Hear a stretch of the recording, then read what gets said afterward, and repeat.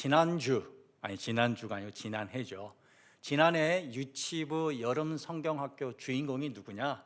오늘 말씀의 주인공 에스더입니다. 그 에스더를 배우면서도요, 그 6살 이하, 6살도 안 된 애들이 에스더처럼 나는 죽으면 죽으리이다 라고 그렇게 외치면서 다니는 걸 보면서요, 신앙이라는 게 정말 어릴 때부터 교육하는 게 굉장히 중요하구나라는 생각을 하게 되었습니다.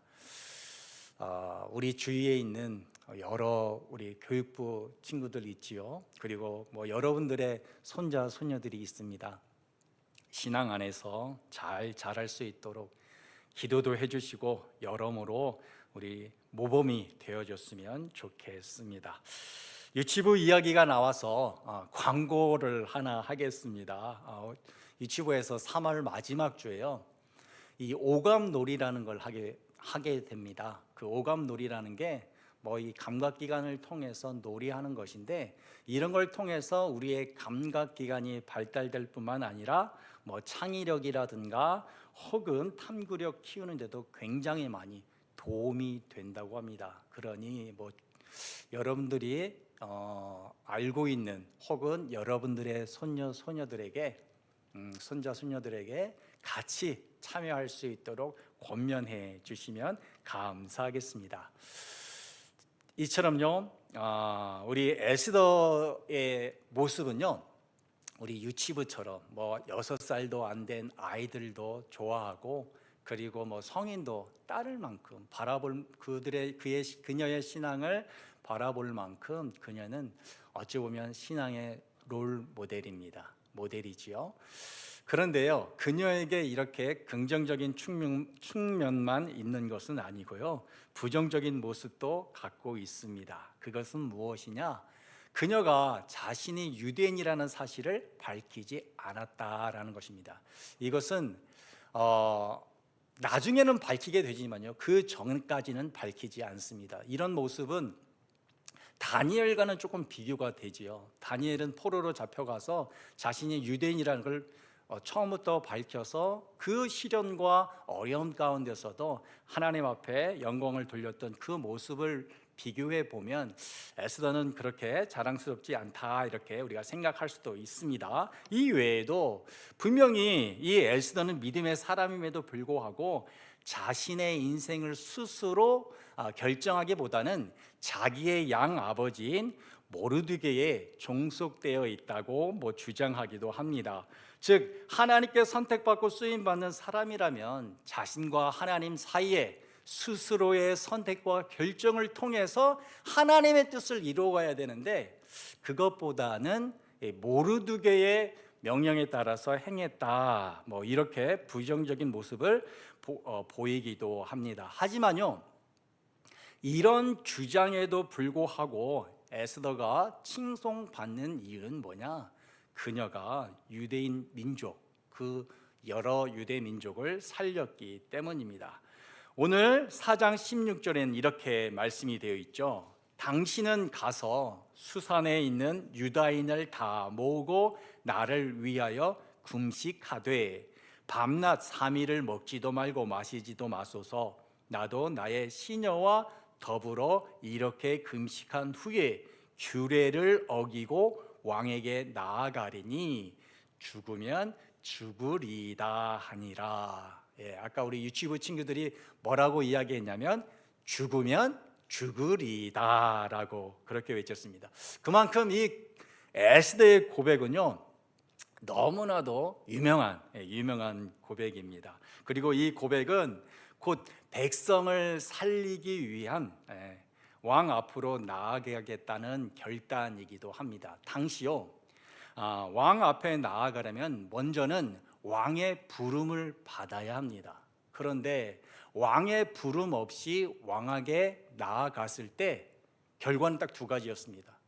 죽든가 아니면 왕이 자비를 베풀어서 이 막대기 같은 거 있지 않습니까? 그것을 이렇게 주면, 귤을 내밀면 이제 생명을 살릴 수 있는 그런 경우밖에는 없었습니다. 그런데 지금 에스더는요, 왕의 부름도 받지 않은 상황에서 백성들을 살리기 위해 왕에게 나아가겠다고 결심하는 것입니다. 만약 그 과정 가운데 죽게 된다면 자신은 죽겠습니다 라고 고백하는 게 죽으면 죽으리다 라고 고백하는 거지요.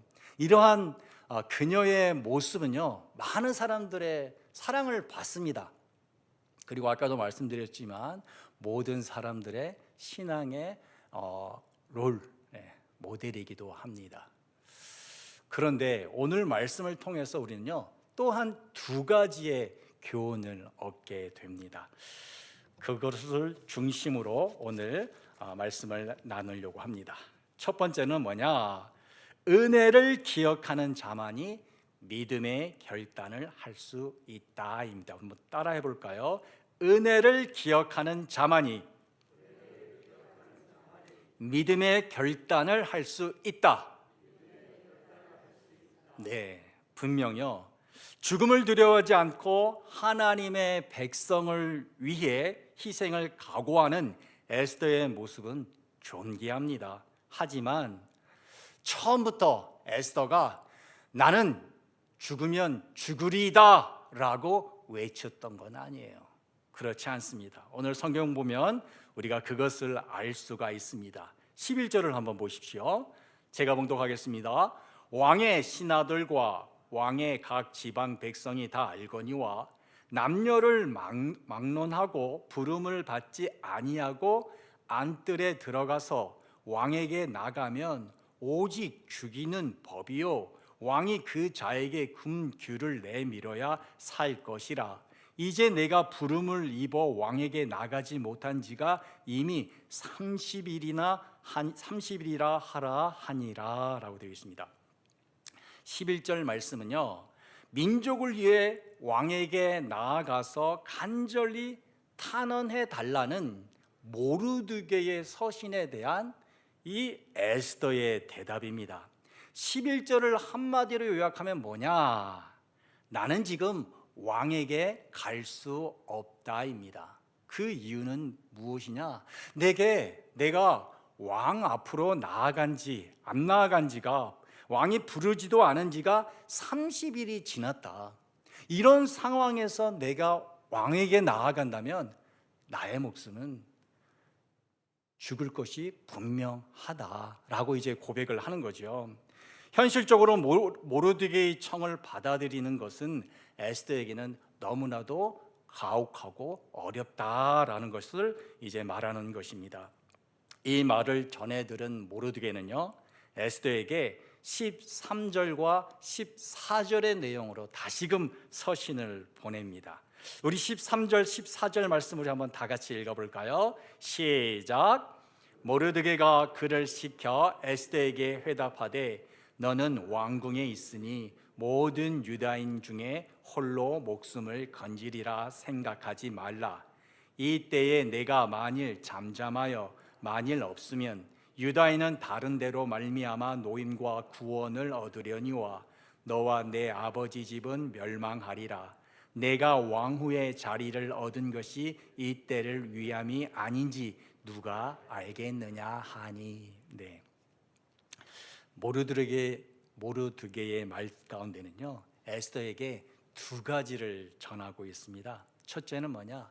만약에 당신이 왕후가 왕에게 나아가 탄원하지 않고 이스라엘 백성이 죽는다면 당신의 왕후, 당신도 죽고 당신의 가족도 모두 죽을 것이요 라고 이야기하고 있는 것입니다. 어찌 보면요, 양아버지로서 이런 말이 조금은 받아들이기 어려운 강압적이고 폭력적으로 들릴 수가 있습니다. 그렇게 보일 수가 있는데요, 우리가 생각해야 될 것은 무엇이냐? 모든 유다인들이 다 죽는다는 겁니다. 이스라엘 민족이 죽는 이 가운데 살아날 수 있는 희망, 오직 그것은 당신에게만 있다라는 것을 강조하고 있는 것이죠. 그렇기 때문에 이것은 무엇이냐? 모르드게뿐만 아니라 그리고 에스더 그리고 이스라엘 백성을 살리기 위한 모르드게의 마음이라는 것을 우리가 알 수가 있습니다. 이 모르드게가 전한 편지의 두 번째 뜻은 뭐냐면요, 하나님께 받은 은혜를 기억하라입니다. 모르드게는 그것을 14절에 이렇게 표현하고 있습니다. 14절 하반절인데요, 이렇게 나와 있습니다. 내가 왕후의 자리를 얻은 것이 이 때를 위함이 아닌지 누가 알겠느냐라고 모르드게는 말합니다. 사실 에스더는요, 왕 위에 오를 수 있는 그런 사람이 아니었어요. 그런데 지금 그녀는 왕후의 자리에 있습니다. 그래서 모르드게가 말하는 거죠. 당신이 그렇게 자격 없음에도 불구하고 지금 왕후의 자리에 있다는 것, 그것은 하나님의 은총입니다. 그러니 하나님의 은총을 기억하고 이 백성, 이스라엘 백성을 위해서 당신은 헌신해야 합니다라고 헌신하고 설득하고 있는 것입니다. 이 말을 들은 에스더는요, 결국은 아까도 우리가 읽었던 것처럼 죽으면 죽으리다라는 결단하는 모습으로 이제 왕 앞에 나아간다는 것을 우리는 잘 알고 있습니다. 이처럼 에스더에게 권면한 이 모르드게의 이 요청은요, 사실 지금 현재를 살고 있는 그리스도인들에게도 동일하게 적용이 됩니다. 사실 에스더가 믿음의 결단을 내리기 힘든 그런 상황에 있던 것처럼 우리들도요, 현실에 있는 그리스도인들도 많은 믿음의 도전을 받고 살아가고 있습니다. 이런 믿음의 도전을 받는 삶 가운데 어떻게 하면 믿음으로 살아갈 수 있을까? 다른 방법이 없다는 거죠. 어떻게 해야 되냐면 바로 하나님께서 우리에게 주신 은혜, 에스더가 자신이 받은 은총을 기억했던 것처럼 우리도 우리가 받은 그 은혜를 기억할 때 우리는 믿음으로 살아갈 수 있다는 것입니다. 여러분, 주위에 이런 사람을 본 적이 있습니까? 믿음으로 살아가는 사람, 더 정확하게 말하면 하나님의 은혜를 힘입어 살아가는 사람들, 분명히 우리 주위에는 있어요. 그런데요, 그런 사람들의 특징이 있습니다. 그 특징이 뭔 줄 아세요? 그런 사람들의 특징이, 그들은 감사할 처지, 감사할 상황이 아닌데도 불구하고 감사를 한다는 거예요. 제가 한 번은 놀랐습니다. 어떤 권사님인데요, 굉장히 아프세요. 아파서 아이고 아파요 아파요 아파요, 하여튼 아픈다는 게 계속해서 입에서 나올 만큼 굉장히 어려운 그런 상황 가운데 있었습니다. 그럼에도 불구하고 목사님, 저는 그럼에도 불구하고 하나님께 감사합니다. 왜냐? 그래도 저에게 소망이 되신 분은 하나님밖에 없습니다. 저 현실을 보면 너무너무 비참해요. 그러나 하나님 생각하면 기뻐요. 그러니까 하나님 때문에 제가 감사하지 않을 수가 없어요. 이렇게 고백하는 걸 보았습니다. 이게 은혜에 힘입어 은혜를 기억하는 사람들의 삶이 특징이 하나라면요, 또 한 가지 특징이 있습니다. 그 특징은 뭐냐? 자신의 역량을 넘쳐서 무언가 한다는 거예요. 오늘 에스더의 역량은 사실 왕 앞에 나아가지 못하는 겁니다. 어떻게 자기의 목숨을 걸고 왕 앞에 나아갑니까? 그거는 어찌 보면 자기의 역량을 뛰어넘는 거예요. 그런데 에스더는 나갔잖아요. 그 힘은 어디에서 옵니까? 바로 은혜에서 옵니다. 우리 현실에도 마찬가지예요. 은혜 받은 사람들 어떻게 살아가느냐? 그렇게까지 할 필요 없고 섬길 필요 없는데 넘치도록 다른 사람들을 섬겨요. 자기는 돈이 없어요. 알아요. 그런데도 불구하고 다른 사람들을 대접하는 것을 기뻐하고 즐거워합니다. 네. 은혜가 있기 때문에 그러는 겁니다. 그렇게까지 하나님 앞에 헌금할 필요 없어요. 그런데 두렙돈 여인처럼 모든 걸 드리는 분들이 계십니다. 그렇게까지 봉사할 필요가 없는데 기꺼이 봉사합니다. 그런 사람들이 왜 그런 일을 합니까? 명예를 얻기 위해서입니까? 아니면 권력을 갖기 위해서입니까? 아니면 돈을 받을 수 있기 때문입니까? 아닙니다. 그들이 받은 은혜를 조금이나마 갚기 위해서 그들은 그것을 한다라고 말을 합니다. 그래서 우리 모두에게는요, 이런 은혜가 필요합니다. 그래야 이 현실이라는 이 상황, 이 문제를 우리는 극복해 낼 수 있고 또한 승리자의 삶을 살 수가 있기 때문입니다. 그렇다면 과연 우리는 어떤 은혜를 기억해야 합니까? 우리에게 기억해야 할 은혜가 남아 있습니까? 여러분 어떻게 생각하십니까? 꼭 기억하십시오. 있습니다. 바로 우리 안에 있습니다. 왜냐하면요, 은혜가 없으면 이 자리 못 와요. 이 자리에 온 것이 하나님께 기도드리러, 하나님께 예배드리러 교제하기 온 이 자리가요, 내 결심과 내 결단으로 온 것이 아니라 하나님의 은혜 때문에, 하나님의 은혜에 이끌려 이 자리에 왔음을 우리는 꼭 기억해야 합니다. 그러니 우리 안에 은혜가 있어요. 이제 우리는 그 은혜를 찾고 발견하고 기억해야 합니다. 그때 우리는 다시금 일어설 수 있고, 나의 조건과 나의 현실을 이겨내서 하나님께 영광 돌릴 수 있는 그 에스더와 같은 삶을 살 수 있을 것이라 믿습니다.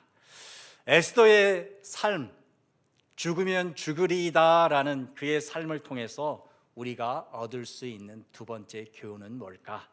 바로 예수님을 의지할 때 결단할 수 있다입니다. 우리 한번 다 같이 따라해 볼까요? 예수님을 의지할 때 결단할 수 있다. 그렇습니다. 은혜는요, 우리의 한계를 넘어설 수 있도록 힘이 되어줍니다. 그런데요, 문제가 있습니다. 그 문제가 뭐냐? 이 은혜가요, 영원히 지속되지 않는다는 것입니다. 그런 이야기를 들은 적이 있습니다. 목사님, 제가요, 은혜 충만할 때 정말 교회에 열정적으로 다녔습니다. 봉사를 하는데 그냥 책임감으로 봉사하는 것이 아니고 기쁘게, 너무 행복하게, 지칠 줄 모르고 봉사했습니다. 그런데요, 그 은혜를 까먹으니, 은혜가 식으니 이제는 교회 나오는 게 왜 이렇게 힘들고 어렵습니까? 라는 그런 이야기를 들은 적이 있습니다.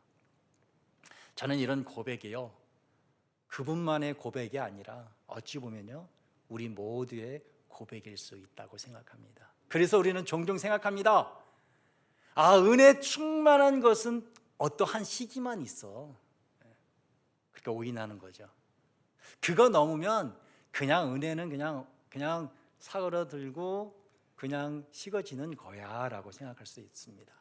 은혜는 에스더 같은 사람들만 갖고 있는 거지. 그래서 그 사람들이 열정적으로 신앙생활을 하고 우리는 그냥 거기에 맞춰서 살아가는 것뿐이야 라고 하면서 우리의 현실, 그 현실을 타협하며 살아갈 수도 있습니다. 혹은요, 이런 분들도 계십니다. 죄책감을 느끼는 분들도 계시죠. 하나님이 고귀하고 정말 귀한, 존귀한 은혜를 나에게 줬음에도 불구하고 나는 그 은혜를 까먹고, 아이고, 그 은혜의 자리에 말씀과 기도보다도 세상의 것을 채우는 내 자신을 발견하게 됩니다. 그럴 때마다 너무나도 부끄럽습니다. 이런 모습들, 어찌 보면 뭐 이런 게 당연할 거야 라고 생각할 수 있습니다. 그렇다면요, 과연 우리는 이런 현실 가운데, 이런 신앙의 모습 가운데 에스더처럼 결단할 수 있을까요? 죽으면 죽으리이다. 만약에 우리가 결단할 수 없다면요, 그거는 말씀이 아니라는 거잖아요. 하나님께서 말씀을 주신 이유는 우리도 할 수 있기 때문에 이 말씀을 우리에게 주신 거죠. 그렇다면 어떻게 우리는 에스더처럼 죽으면 죽으리다라고 고백할 수 있을까? 할 수 있을까? 할 수 있습니다. 왜? 우리는 바로 예수 그리스도 안에 있기 때문입니다. 에스더는 BC 479년도에 살았던 한 페르시아의 왕후뿐만 아니라요, 그 이후에 500년 되겠죠, 거의, 예수 그리스도를 상징하는 인물이기도 합니다. 에스더는 자신의 왕후 자리를 내어놓고 자신의 백성을 살리기 위해 죽음을 마다하지 않았습니다. 그리고 그녀의 그 결단 때문에 이스라엘 백성은 죽음의 어둠에서 건져냄을 받았죠.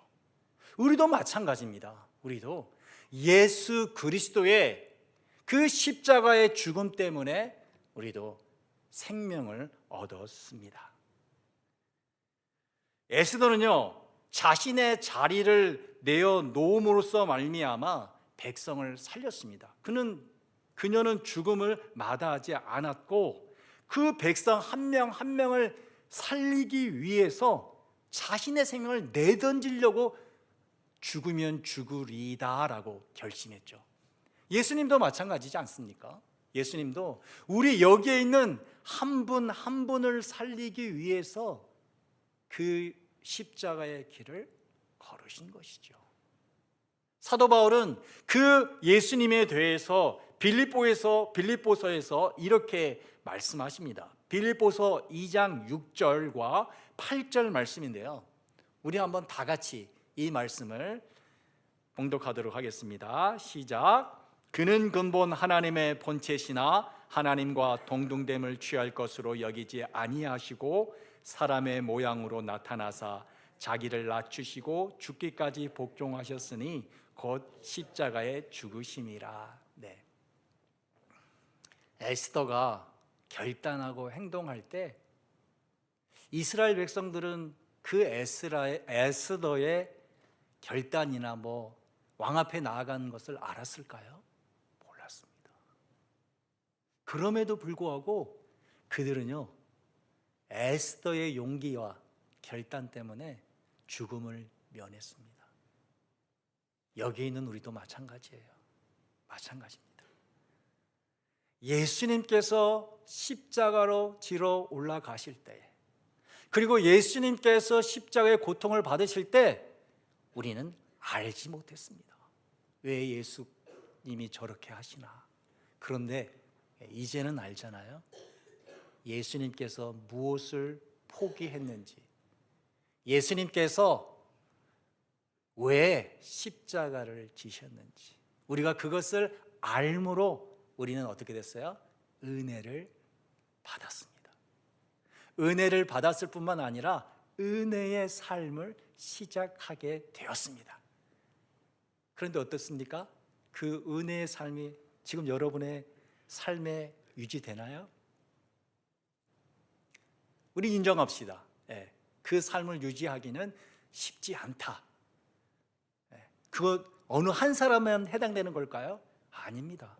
모든 사람들이 다 겪는 신앙의 우리의 삶입니다. 그렇다면 우리에게 은혜를 허락하신 그 주님은 그걸 모를까요? 십자가에 지고 우리 복음을 들은 믿음의 성도들이 은혜를 받으면 그 은혜가 평생 갈 것이다라고 주님 알았을까요? 아닙니다. 우리 주님도 우리의 연약함을 알았습니다. 그렇기 때문에 주님이 하시는 일이 있습니다. 우리 로마서 8장 34절 말씀 우리 한번 다 같이 봉독하도록 하겠습니다. 시작. 누가 정죄하리요? 죽으실 뿐 아니라 다시 살아나신 이는 그리스도 예수시니 그는 하나님 우편에 계신 자요 우리를 위하여 간구하시는 자신이라. 네.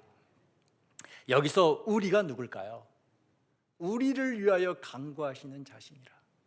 에스더처럼 성령 충만하여 정말로 모든 어려움과 그 고난을 잘 극복해내는 그러한 성도들일까요? 오늘 말씀의 맥락을 보면 바로 연약한 우리들입니다. 연약한 은혜로 살아가야 되는데 은혜를 잃어버리고 살아가는 그들을 위해서 주님께서 무엇을 하신다라고 여기에 나와 있습니까? 바로 기도하신다라고 이야기를 합니다. 간구하신다. 무엇을 위해서요? 우리의 은혜가 회복되어지고 그리고 깊어지고 더 확장되어지기를 주님이 기도하신다, 간구하신다라고 오늘 성경은 우리에게 말해주고 있습니다. 여러분, 이 말씀을 믿습니까? 믿습니까? 그렇다면 우리는 다시 나아갈 수 있습니다. 은혜의 삶으로 다시금 시작할 수 있습니다. 무엇 때문에요? 나의 능력? 나의 모습? 아니죠. 나를 위해 기도하시는 그 주님의 능력과 주님의 은혜로 말미암아 우리가 다시 시작할 수 있다는 것입니다. 최근에 제가 보는 예능 프로가 하나 있습니다.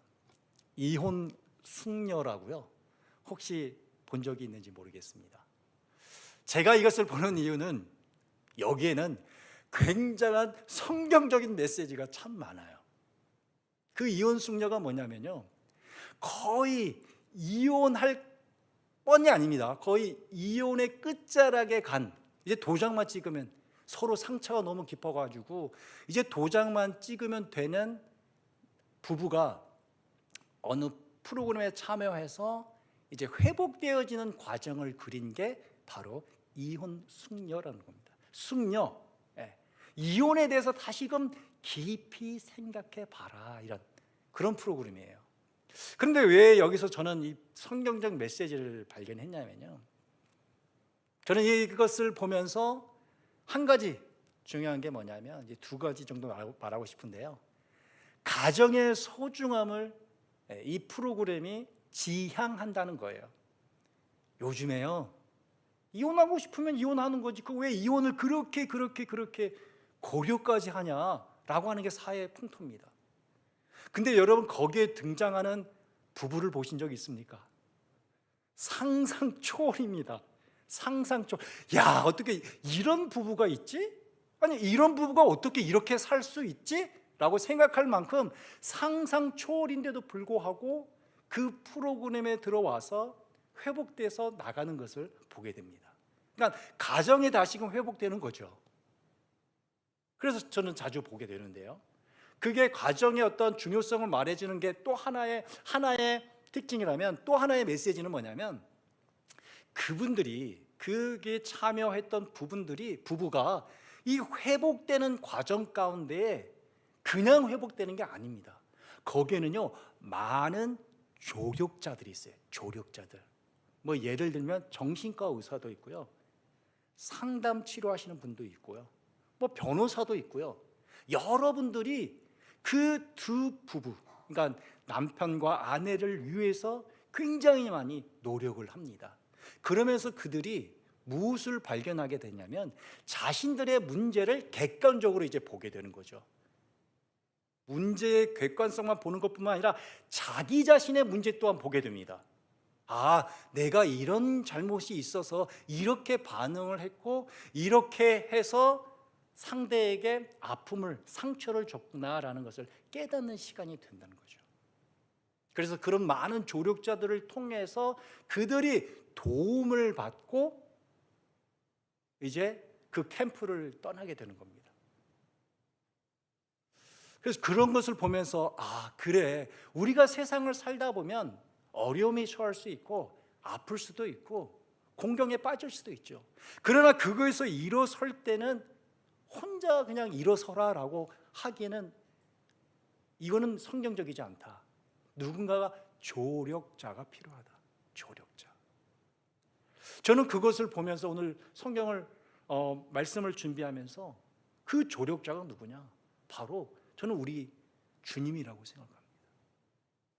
우주의 주님, 그 주님께서 지금 우리 한 사람 한 사람, 여러분 한 사람 한 사람을 위해서 기도하고 있습니다. 이 우주를 통치하고 계시는 그 예수님이 기도하고 있습니다. 이혼 숙녀에 나오는 그 여러 조력자보다 얼마나 큰 힘을 가진 그 주님이 우리를 위해서 기도하고 있습니까? 그렇다면 우리도 일어설 수 있습니다. 그겁니다. 우리도 일어설 수 있습니다. 어떤 상황 가운데서 우리는 나아갈 수 있습니다. 왜? 우리의 조력자가 주님이시기 때문에 그렇습니다.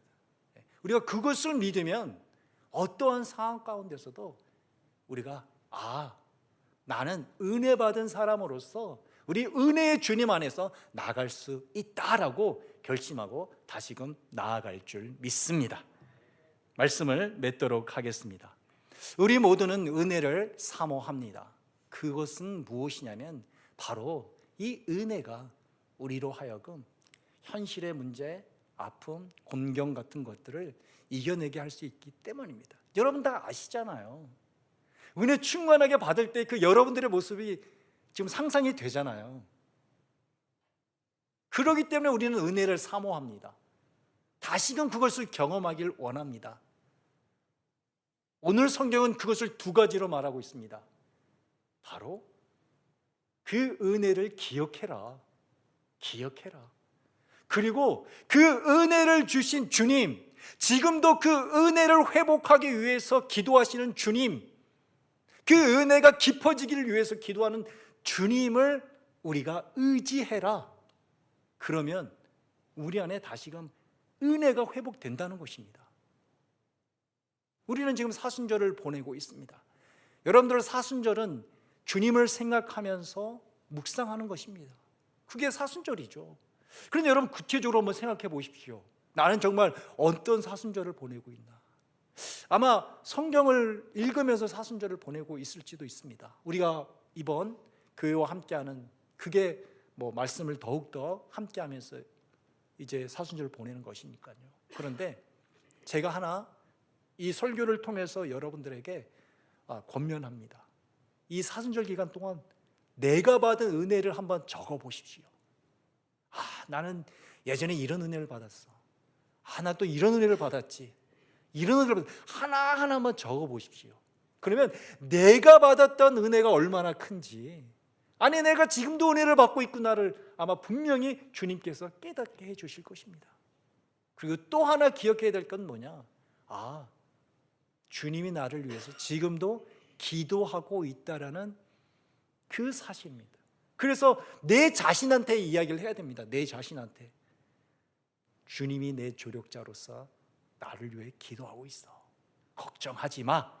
오늘 아침도 우리 한번 다시금 시작해보자 라는 내 자신에게, 두렵고 떨리고 힘들어하는 내 자신에게 외치는 거죠.